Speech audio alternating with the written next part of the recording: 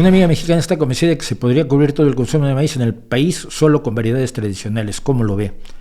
Probablemente sí, siempre y cuando aumentes los precios al triple. Porque el bajo rendimiento, la baja productividad de las variedades tradicionales, que son tradicionales, muchas de ellas inventadas en el siglo pasado, no vienen de hace 2000 años, eso olvídenlo. Hace 2000 años había teocinte. Luego, la mano del hombre fue creando toda la variedad maravillosa de maíces de los que se habla en México.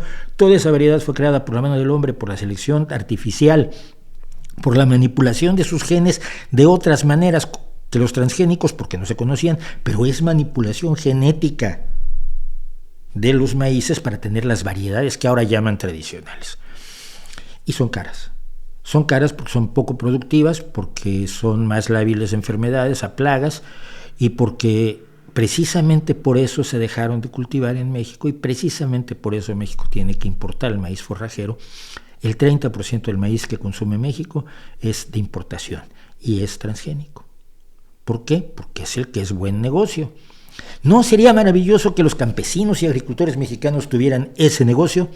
Que pudieran plantar esos maíces modernos, esos maíces también manipulados para resistir a las enfermedades, para resistir a las sequías, para ser mucho más productivos y por lo tanto ganar mucho más por su trabajo. No, los campesinos mexicanos están para doblar el lomo, para utilizar métodos del siglo XVI o XVII, como quiere María Elena Álvarez Bulla. No están para aprovechar la tecnología, el conocimiento, la ciencia, todo lo que está aprovechando otros que son los que le venden el maíz a México. Dile que sí se puede, pero ¿quién va a comprarlo? A los precios a los que habría que venderlo. Precisamente porque no se puede comprar a esos precios, se compra en donde los venden mucho más barato, incluso con el transporte incluido, que eso también cuesta dinero. Por el tema del maíz transgénico he tenido discusiones en la calle con gente de Greenpeace. Ten cuidado, Ley del Bosque. Yo he hablado con gente de Greenpeace en las calles. No son militantes de Greenpeace, generalmente son empleados. A mí me acuerdo una vez un chaval, fui a Madrid, no me acuerdo, algunas cosas que tuve que hacer en Madrid, y del hostal donde estaba yo salí y un chaval, oye, mira que esto, ¿tú sabes lo que es esto?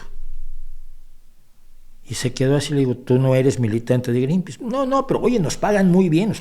Era 1000 eurista en aquel entonces, o sea, les pagaban 1000 euros al mes por estar repartiendo propaganda y contándole la milonga a la ciudadanía. Entonces me senté a hablar con él. Total, le estaban pagando igual, ¿no? y estuvimos hablando un rato, y estaba horrorizado cuando le empecé a contar la realidad de Greenpeace. Horrorizado. Entonces ten cuidado, porque muchas veces esa gente en la calle son empleados. Greenpeace es una gran empresa, y lo vuelvo a decir, sus directores nacionales cobran alrededor de $100,000 al mes. Digo, no, $100,000 al mes no, $100,000 al año.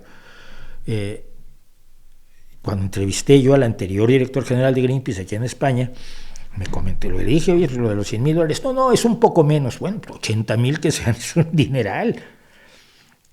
Es un gran negocio y es una empresa de la que vive muchísima gente.